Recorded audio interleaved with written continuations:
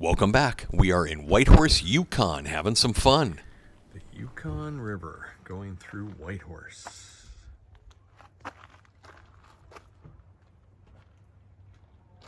Going down to Miles Canyon. This area, Miles Canyon, I wanted to make sure before I said this, it's not man-made. It's actually the Yukon River cutting through volcanic basalt lava that's about 8.5 million years old. So we're kind of looking back through time here. Pretty cool. And Corinne and Brinkley set up for a beautiful photo opportunity on the banks of the Yukon. Coming down through the canyon. Pretty incredible.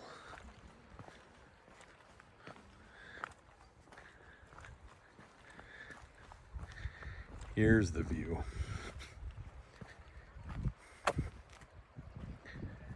Look at that.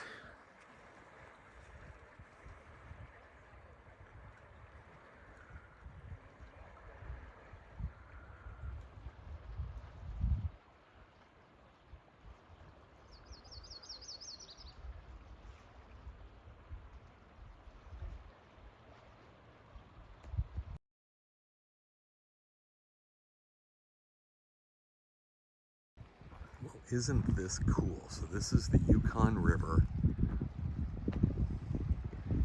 going through a very unique canyon area just south of Whitehorse. And there's a suspension bridge over the top.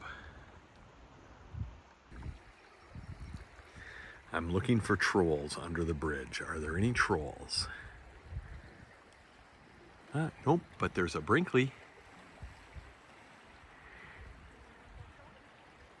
Hi, bud.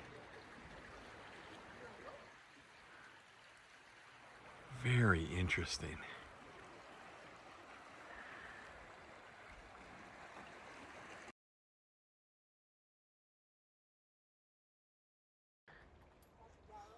There's a good sign.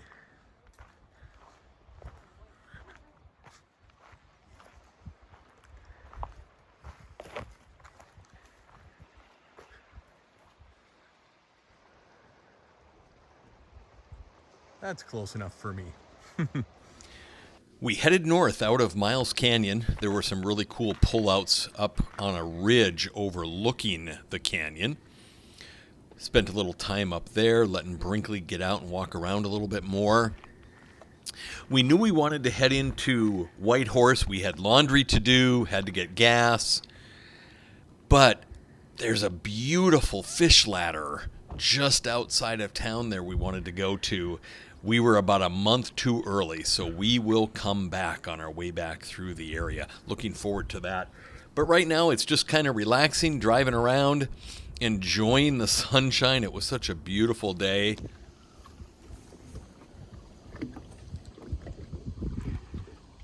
So we're just north of Miles Canyon, still on the Yukon River here south of Whitehorse. And a really cool little airport right on the river. There's 6 planes here, ready for takeoff. It ends up there were actually 12 planes total. There were some tucked around the corner. We waited around for a little while to see if we could see any take off, but then it was time to take off ourselves. Time to head into Whitehorse. What a beautiful area along the river here. All right, when in Canada and needing groceries, this is what we're gonna try. Still right around $5 a gallon US. Quite a cool story here Corinne was just reading.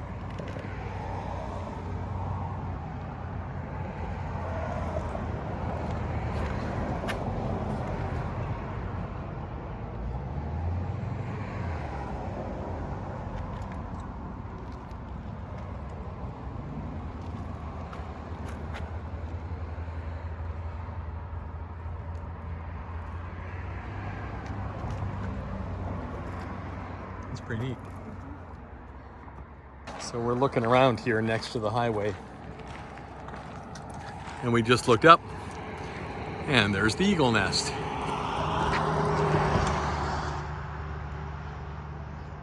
Pretty cool.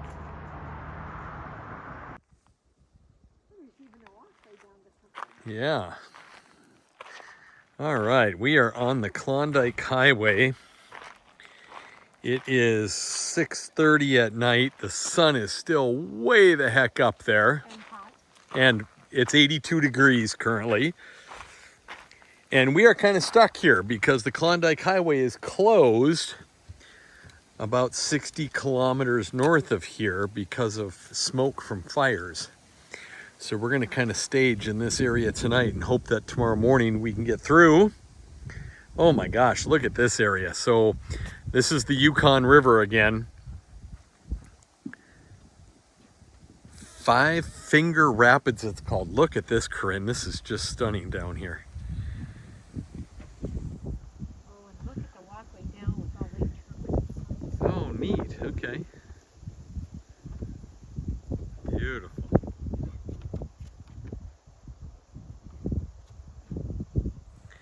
Yeah, there's some nice signs here. Conglomerate pillars. I love learning the history of the areas. Five Finger Rapids, this is called.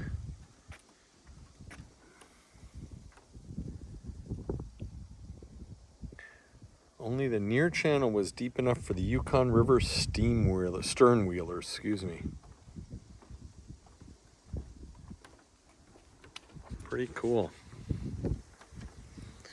And we're obviously in Klondike area. Everything is Klondike Gold Rush.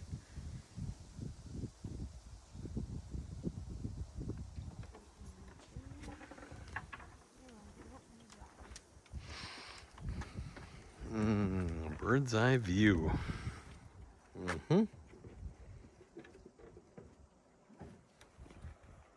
Wow, look at that. Holy cow. Do you want to go all the way down? Yeah.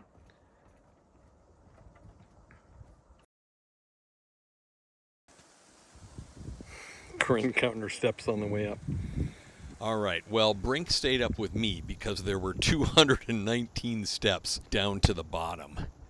When the breeze dies down, I can really hear the rapids.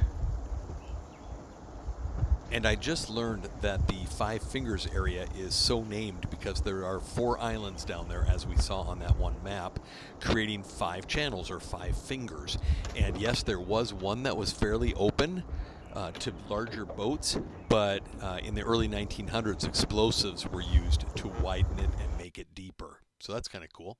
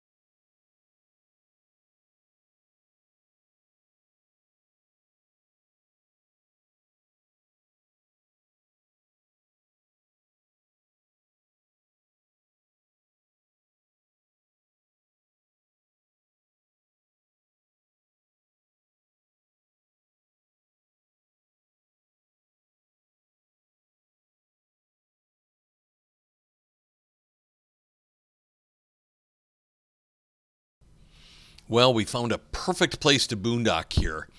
We're actually just a little bit north of the Five Fingers area. When the drone gets up in the air here a little bit, you'll be able to see the islands down there before the big corner in the river, the big bend in the river. The weather's beautiful. We found a great place. There's one other camper here. They're from Montana, if I remember correctly.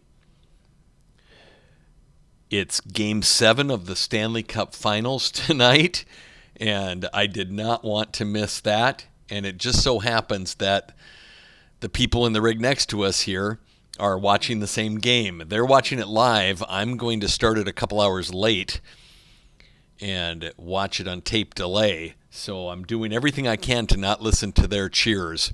Although it's a good thing we're both rooting for the same team.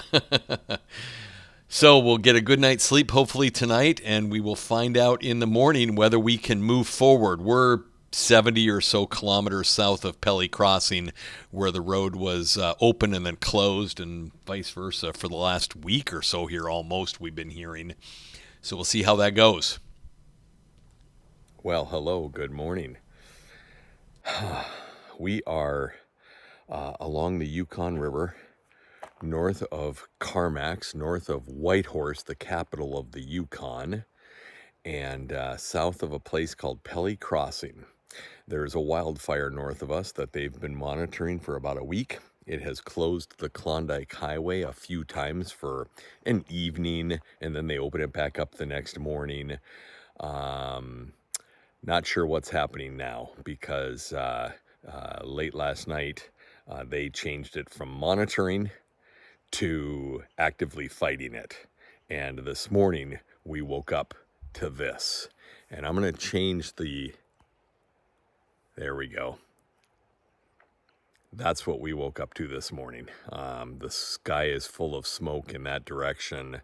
The sun is orange. And I don't think we're going anywhere. So we're going to drive north. We've got about 40 minutes or so to get to the Pelly Crossing area where the highway is closed. There's about a 70-mile section of it that's closed because of this fire. And we'll just see. But as of now, I think it's that type of situation. And we will go from there. We'll see if we can get up to the top of the world and up to the Dempster this week. The weather is perfect for it. Up on the Arctic Ocean, the temperatures are in the 70s. The winds are like out of the south at 1 mile an hour, so it's just absolutely perfect. So we want to get there right now. It's still crazy hair month. We'll see. We'll let you know. We headed out. We couldn't get any news on 511 Yukon or anything else. But after about 20 minutes of driving, here was the good news coming right at us. Those vehicles coming through in that pack means that the Klondike Highway is open. Hopefully it will remain open for a little while. So that was great to see. We then got to the area where it had been closed. That sign right there says fire ahead, proceed with caution. And there's the blockade where they had it closed. So we've made it. That's great. Now we are kind of hesitant to see what's up ahead and to see how bad it is. Corinne and I have been through a lot of fire areas, and in my travels I've seen a lot, but typically it's, years past, not hours passed, and so this was pretty devastating.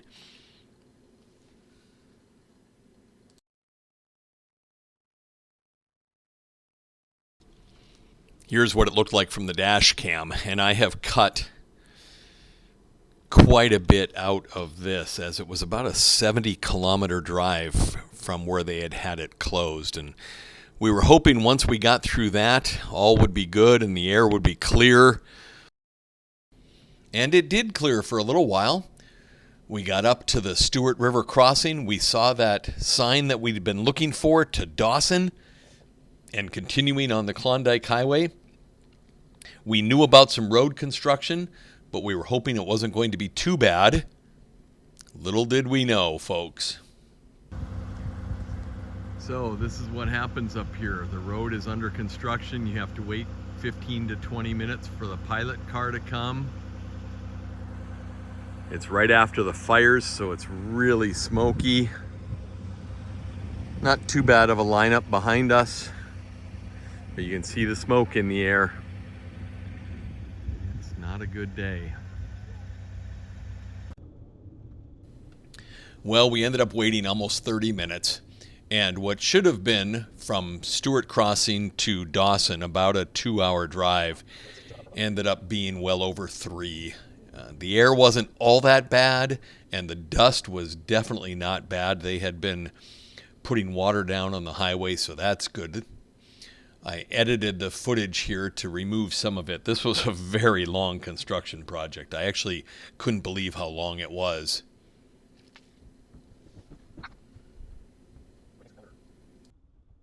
Now you have to remember up here, they only get about 4 or maybe 5 months of good construction weather.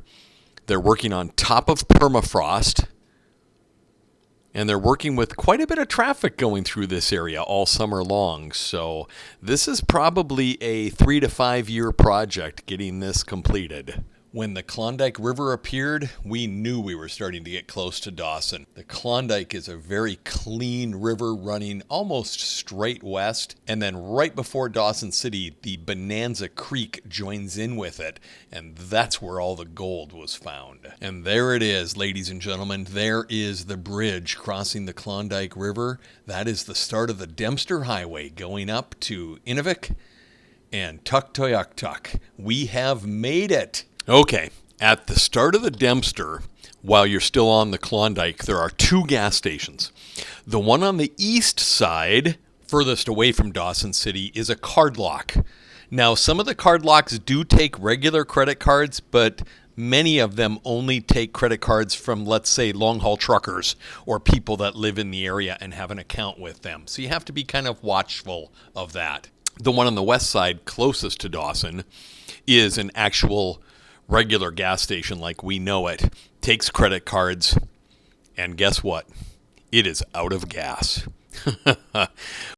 We knew we wanted to go into Dawson City to get water anyways, because we didn't know if there was any here, but we really did not feel comfortable with it being out of gas because we knew on the way back off the Dempster we were going to need gas at that station.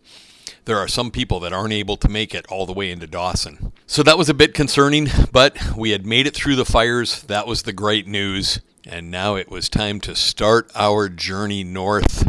It looks like there are 4 or 5 good boondocking spots within the first 30 kilometers or so of this road.